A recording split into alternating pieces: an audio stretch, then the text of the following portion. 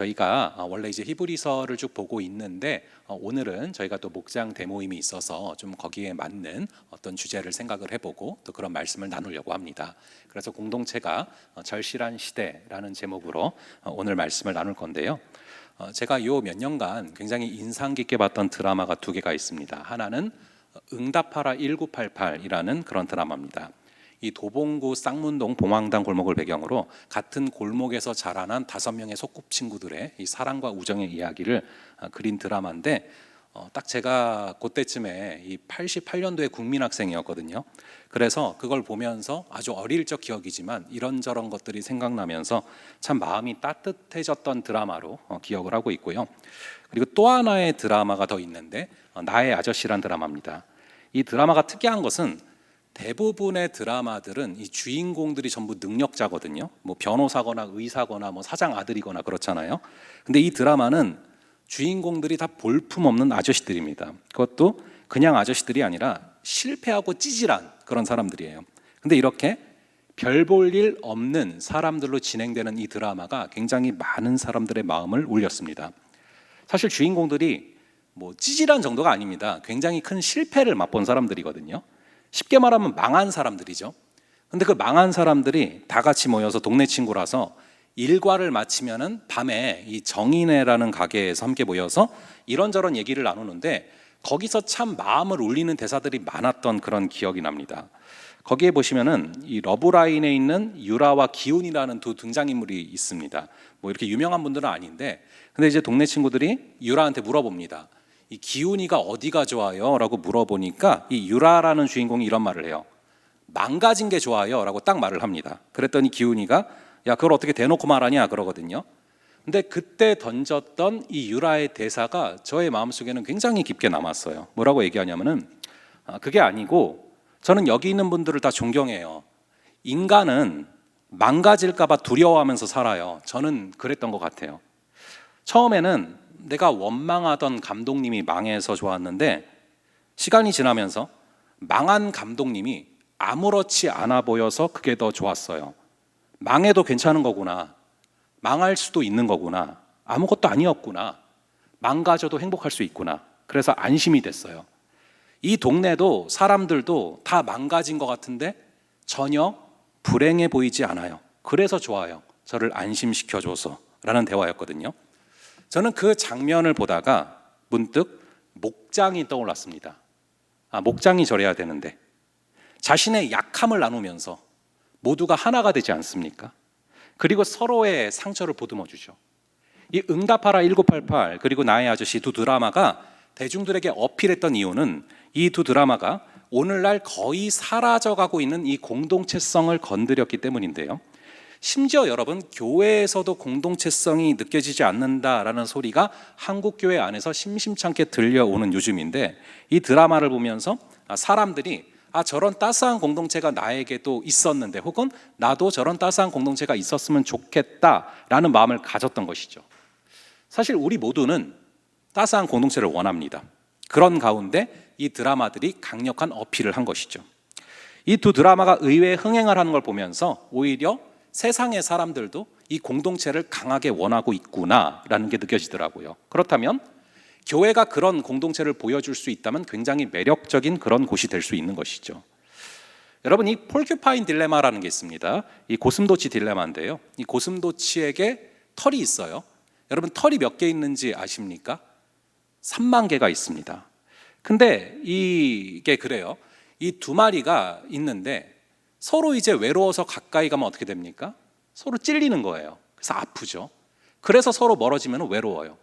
외로워서 가까이 가면 또 찔려요. 그리고 또 멀어지면 외롭죠. 이게 참 우리의 모습과 흡사한데 요거를 저희가 한번 좀 보고 들어갈게요. 영상을 한번 보고서 들어가겠습니다.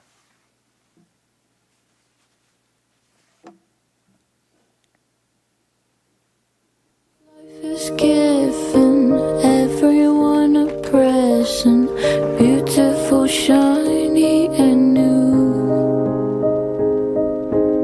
Everyone but you.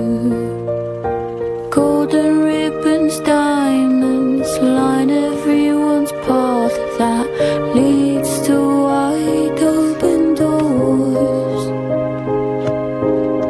everyone's but yours. Wide open doors. Hold on, keep on, even when the road seems very long.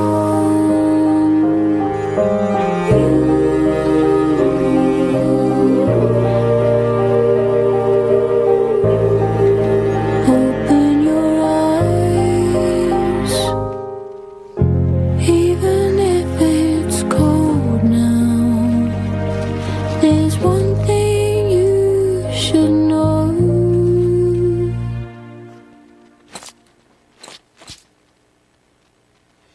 Rain will turn into snow. All the rain turns to snow.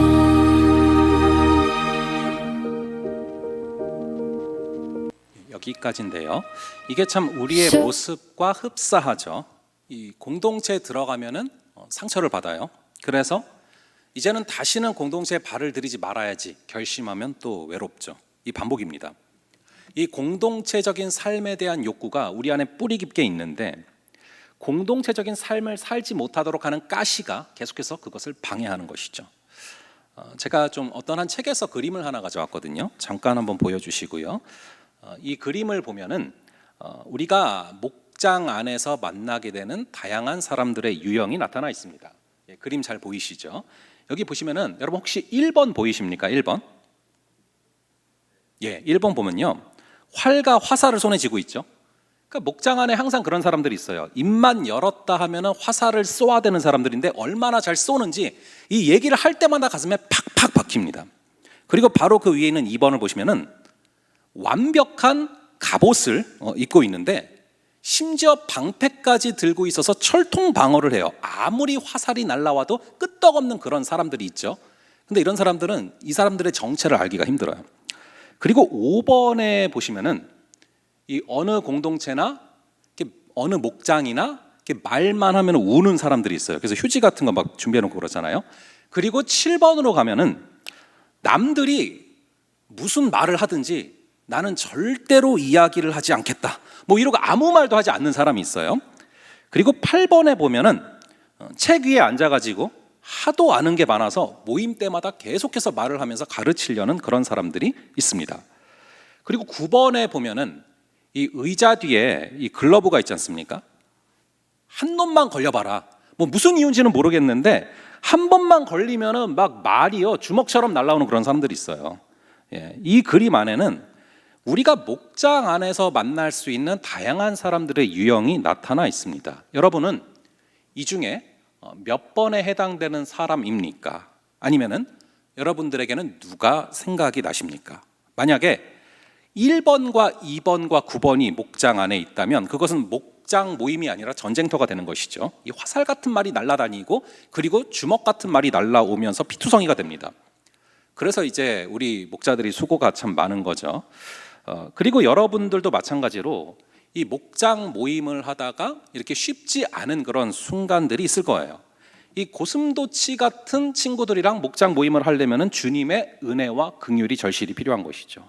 그럼 우리가 이러한 고슴도치 딜레마를 어떻게 해결을 하면서 어떻게 하면 상처를 주지 않으면서도 가까워질 수 있는가를 배워야 합니다. 아까 영상에 보면은 이 선물 상자가 빈 상자인 줄 알았는데 보니까 그 포장용 스티로폼 자체가 선물이었지 않습니까? 그래서 이 가시를 보완해주는 스티로폼 자체가 선물이라서 이걸 꽂아주고 안아주잖아요. 마찬가지로 고슴도치 같은 우리가 서로 분열하고 싸우면서 멀어지는 것이 아니라 어떻게 하면 보듬어주면서 하나가 될 수 있을까? 그 스티로폼을 끼는 과정들이 있어야 되는데 오늘 본문이 바로 그 방법을 이야기해주고 있는 것입니다. 우선 공동체는 언제나 위의 것을 추구하며 살아가야 됩니다. 우리 한번 오늘의 본문 1절부터 3절을 다시 한번 볼게요. 오늘 본문 1절부터 3절까지를 다시 한번 함께 읽어보겠습니다. 시작. 그러므로 너희가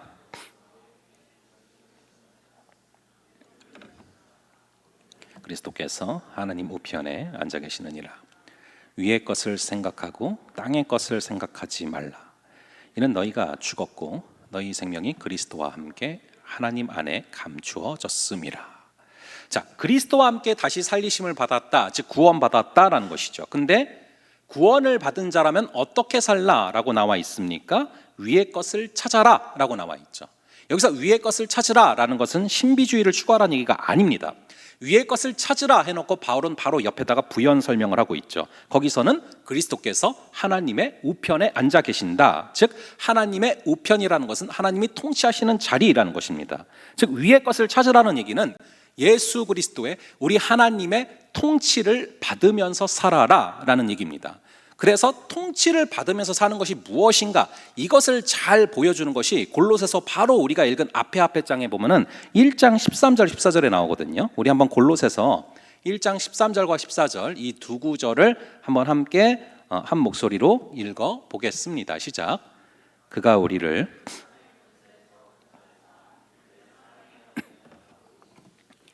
그 아들 안에서 우리가 속량 곧 죄사함을 얻었도다. 자, 하나님의 통치를 받으며 산다라는 얘기는 이전에는 우리가 흑암의 나라에서 죄악의 지배를 받으면서 살았었는데 이제는 하나님께서 어디로 옮기셨대요? 그의 사랑의 아들의 나라로 옮기셨다. 그래서 이제는 어둠의 지배를 받는 것이 아니라 주님의 지배를 받으면서 나라를 옮겨서 그분의 나라에서 살아가는 것, 이게 바로 우리의 정체성이라는 것이죠. 여러분, 나라를 옮긴다라는 것이 어떤 의미입니까? 한국과 이 북미의 삶은 굉장히 다릅니다. 이게 실제로 교포분 가운데 있었던 실화인데요. 한 이제 교포분이요, 이민자가 이 고속도로 하이웨이에서 이제 운전하다가 경찰한테 잡혔어요. 근데 여러분, 이 미국이나 캐나다는요, 이 한국에서처럼 경찰한테 막대했다가 큰일 납니다. 총을 바로 쏠 수가 있거든요. 그래서 이제 경찰한테 잡혔으니까 창문을 내렸는데 이 경찰이 굉장히 빠른 속도로 말을 하는 거예요. Move to the shoulder 이러는 거예요. 그래서 여러분, 이게 북미 쪽에서 이 하이웨이에서 이 갓길을 갖다가 shoulder라고 하거든요. 그러니까 move to the shoulder, 갓길로 옮기라는 거죠. 근데 이분이 영어를 잘 못해서 막 못 알아들어서 막 당황하고 있으니까 다시 이 경찰에 얘기하는 거예요. Move to the shoulder. 안 들리는 거예요. 한 번 더 얘기했습니다. Move to the shoulder. 그랬더니 이 사람이 딱 두 단어가 들어왔어요. 뭐가 들어왔냐면은 이 move라는 단어랑 이 shoulder라는 단어가 들어왔어요. 그래서 뭔가 좀 이상하긴 했지만 경찰을 바라보면서 이랬다라는 거예요.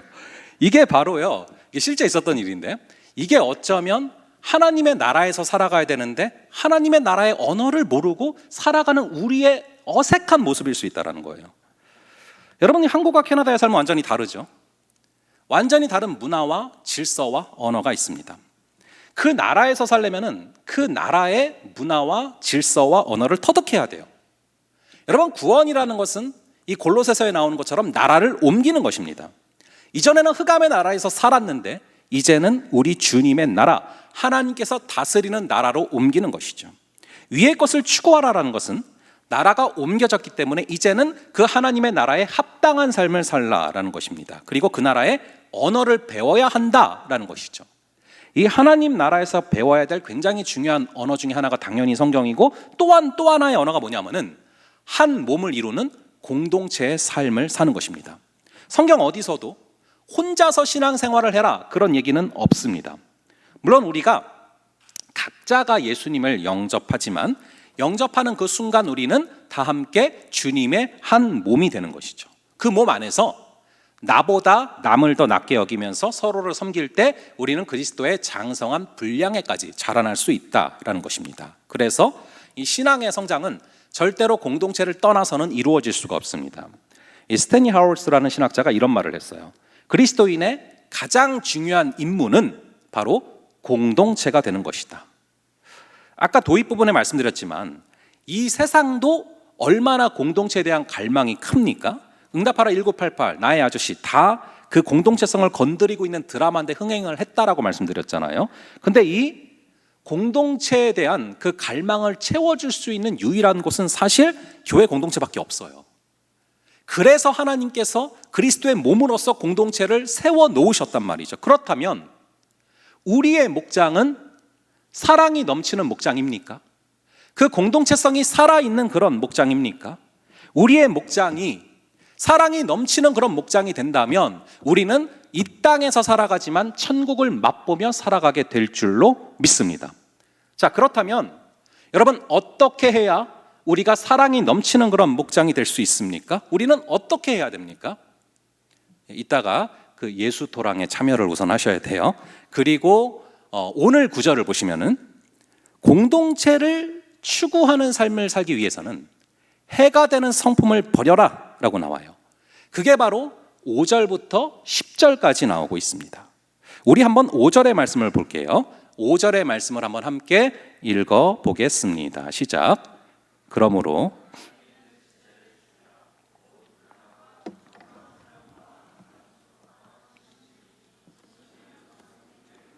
바울은 아주 강렬한 말로 시작을 하죠. 하지 말아라 정도가 아니라 땅에 있는 지체를 죽여라. 그래서 죽이라는 것은 마음의 질병들을 제거하라라는 것이죠.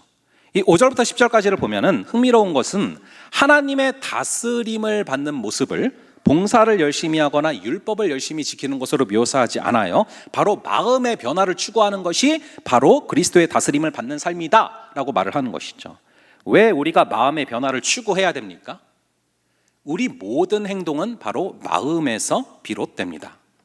여러분, 마음에 분노가 가득한 사람이 있어요. 그런 사람은 특수한 때와 상황이 조성이 되면은 자기도 모르는 사이에 이 분노가 담긴 폭력적인 행동이 나오는 것입니다.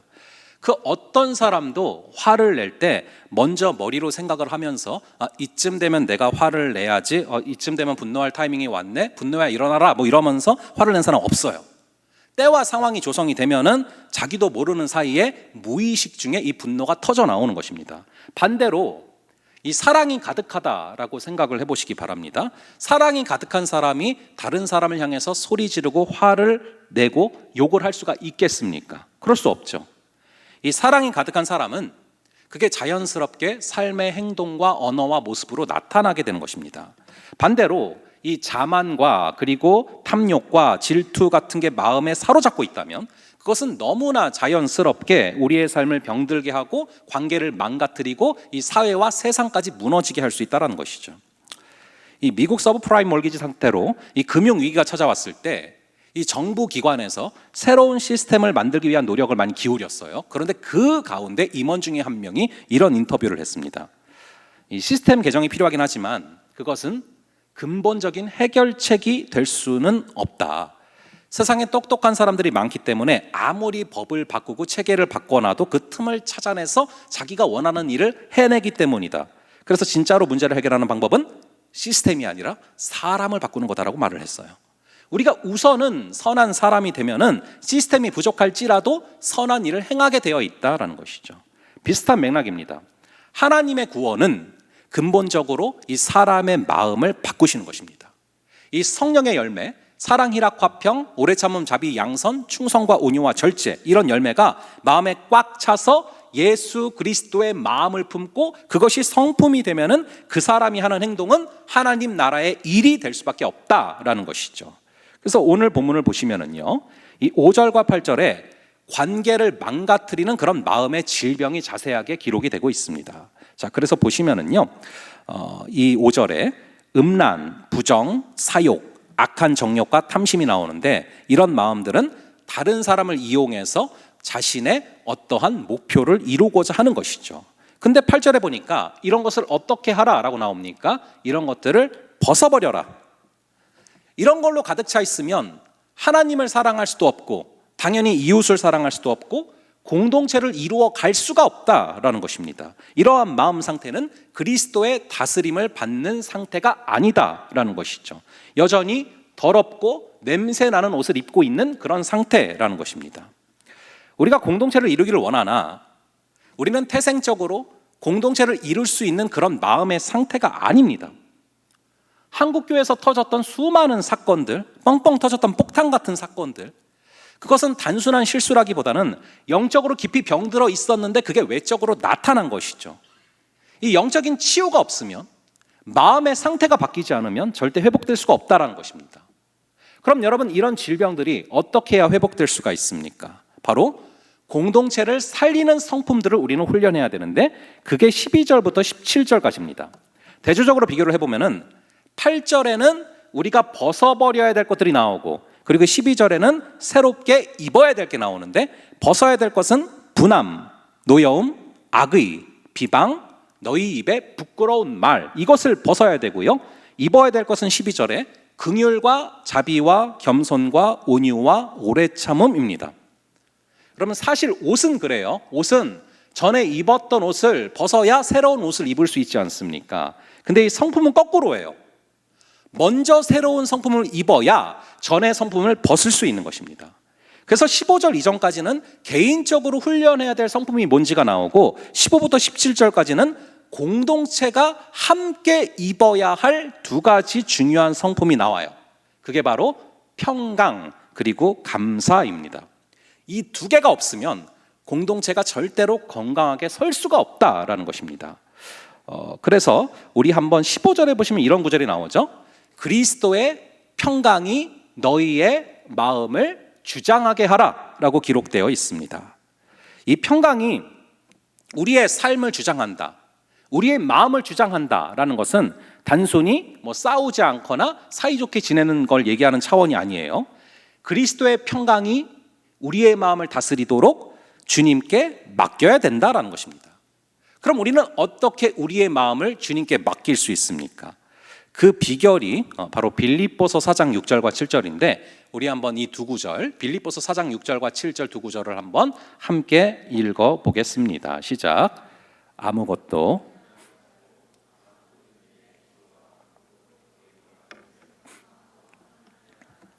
그리하면 모든 지각에 뛰어난 하나님의 평강이 그리스도 예수 안에서 너희 마음과 생각을 지키시리라. 아멘.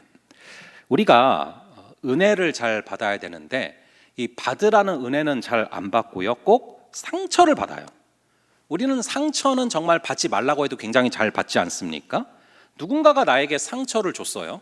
그러면은 그 사람을 흘려보내면 되거든요. 근데 그 말을 계속 우리의 심령에 담아놓고 그 말을 계속해서 쥐하로 묵상하면서 우리는 그 사람을, 나에게 상처 준 사람을 마음속에 세워놓고 계속해서 스스로 상처를 받아요. 게다가 사단은 우는 사자처럼 우리를 넘어뜨리려고 틈만 나면은 우는 사자처럼 우리를 물려고 하고 있단 말이죠. 그렇기 때문에 우리의 마음은 굉장히 자주 전쟁터 같은 순간들이 있는데 그래서 마음이 초토화가 되고 그리고 힘이 없으니까 다른 사람을 사랑할 수가 없는 것입니다. 이런 상황에서 우리가 어떻게 다른 사람을 사랑할 수가 있습니까? 방법은 하나예요. 그리스도의 평강이 우리의 마음을 다스리도록 하라라는 것입니다. 제가 졸업한 리젠트 신학교에는 이 유진 피터슨 교수님이 계십니다. 이분이 소천을 하셨는데요. 저는 그분의 저서를 통해서 그분의 수업을 통해서 참 많은 영향을 받았습니다. 여러분들이 이제 메시지 성경 읽어보셨을 텐데 그 교수님의 저작인데 이분이 강의 중에서 자신의 고백을 하신 적이 있습니다. 오랫동안 이 교회 사역을 해 오셨는데 어떤 공동체를 가든지 간에 항상 자기가 싫어하는 사람이 한 명씩은 꼭 있었다는 거예요. 그 말씀을 듣다가 제가 얼마나 위로가 되고 은혜를 받았는지 모릅니다. 그런 분들도 이 목사들의 목사라고 불리는 그런 분도 그런데 하물며 저희는 싫어하는 사람이 얼마나 많을 수 있겠습니까? 그래서 여러분들이 그런 경험들이 좀 있을 거예요. 내가 좀 불편하고 싫은 사람이 여기서 예배를 드리고 있다. 그럼 이렇게 4층 가서 예배 드리고 싶고, 그리고 걸어가다가 저 멀리서 내가 싫어하는 사람이 보여요. 그럼 막 화장실 들어갔다 나오고 그러지 않습니까? 그리고 엘리베이터를 탔는데 또 그 안에 들어가 있어. 막 이런 사람이 있다. 그러면 얼마나 그것이 부담이 되고 마음에 큰 짐이 되겠습니까? 근데 하루는 유진 피터슨 교수님이 오전에 이렇게 체프를 드리고 있는데 이 스테인드 글라스 창문을 통해서 햇빛이 쫙 들어오더래요. 근데 하필이면 그분이 굉장히 싫어하는 그 사람의 머리 위로 햇빛이 쫙 내려지더래요. 그때 이 교수님의 마음이 변하더라라는 말씀을 해주셨어요. 그 사람의 삶에도 하나님의 임재가 임하고 있구나. 하나님은 나 같은 죄인도 사랑하시지만 저 같은 죄인도 사랑하시는구나. 다른 사람을 그때 평강 가운데 용납하는 은혜를 경험하셨다라는 말씀을 하셨던 기억이 납니다. 오늘 구절이 바로 그거예요. 갈등이 생길 때마다 그 위에 주의 평강이 부어지기를 기도하라라는 것이죠. 이 에이렌의 화평을 구하라는 것입니다. 주님이 우리 안에 계시기 때문에 주님이 해결해 가시도록 우리의 마음을 주님의 평강에 맡겨라라는 것이죠. 우리는 보통 문제가 생기면은 내가 그 문제를 해결하려고 하기 때문에 그럴 때 우리도 모르게 무의식 중에 하는 생각이 있어요. 그게 뭐냐면은 내가 싫어하는 사람을 하나님도 싫어하시고 또 내가 좋아하는 사람은 하나님도 좋아하실 거라고 무의식 중에 생각을 합니다. 하지만 공동체를 만드시는 분도 주님이시고 이 화해토록 하시는 분도 주님이시기 때문에 그분의 평강이 나의 고정관념을 떠나서 그분의 평강이 나의 문제 가운데 또 내가 문제를 겪는 사람 가운데 임할 수 있기를 기도하시기 바랍니다. 그럴 때 절대로 화해할 수 없을 것 같았던 사람을 용납할 수 있고 은혜 가운데 하나가 되는 그런 은혜를 경험할 수 있게 되는 것이죠. 그리고 이어서 공동체가 구해야 될 것이 바로 감사함이에요. 이 감사는 우리가 감사할 만한 상황이 돼서 감사를 하는 게 아닙니다. 이 데살로니가 전서에 보면은요, 범사에 감사하라, 모든 일에 감사하라 라고 말하고 있지 않습니까? 그리고 오늘 본문의 15절에서는 아예 뭐라고 나와 있습니까? 감사하는 자가 되라, 즉 감사의 사람이 되라 라는 것입니다. 이 공동체에 무슨 문제점이 보여요? 그러면은 우리가 그것을 쥐잡듯이 후벼 파는 게 아니라 13절, 14절처럼 하라는 것입니다. 우리 한번 오늘 본문의 이 13절과 14절 이 두 구절을 한번 함께 읽어 보겠습니다. 시작. 누가 누구에게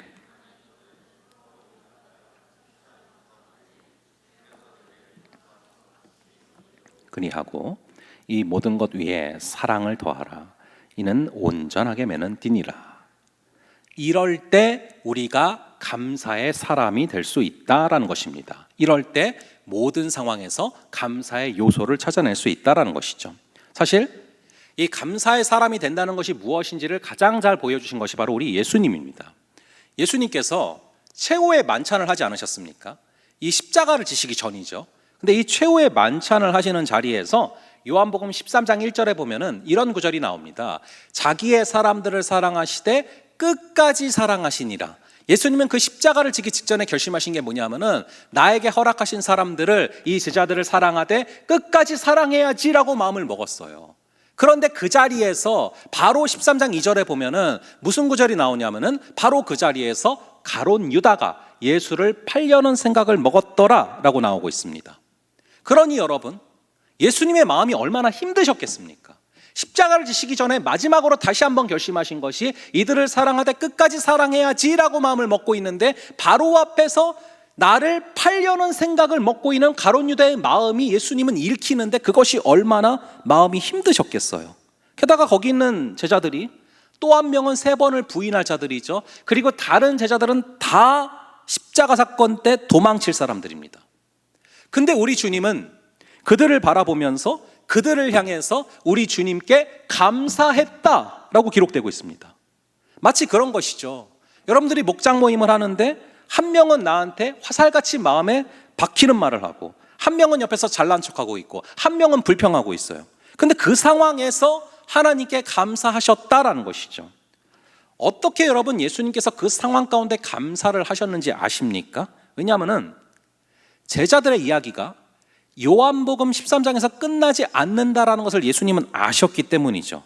지금은 아직 미완성이니까 그 모양이지만 이 제자들이 결국에는 하나님의 때가 되어서 사도행전에서 우리가 본 것처럼 놀랍게 복음의 역사를 이루어갈 사람인 것을 아시니까 그래서 우리 주님은 그 상황 가운데서도 감사하실 수가 있었던 것이죠. 우리가 서로를 예수님의 시선으로 바라보며 감사할 수 있기를 간절히 바랍니다. 이 감사가 있는 공동체는요, 어떤 시련이 와도 무너지지 않습니다. 거꾸로 이 공동체가 언제 무너지는지 아십니까? 감사를 잃어버리고 작은 불평, 작은 불만족, 작은 험담, 작은 미움, 이것들이 서서히 퍼질 때 공동체는 분명히 무너집니다. 여러분, 큰 바위에 걸려 넘어지는 사람은 아무도 없어요. 대부분은 작은 바위에 걸려 넘어진단 말입니다. 그러므로 여러분, 우리는 비방과 험담과 미움과 시기와 불평과 불만족을 벗어야 됩니다. 그리고 이 감사와 평강이 우리 공동체를 둘러 진치는 방어막이 되기를 주님의 이름으로 축원합니다.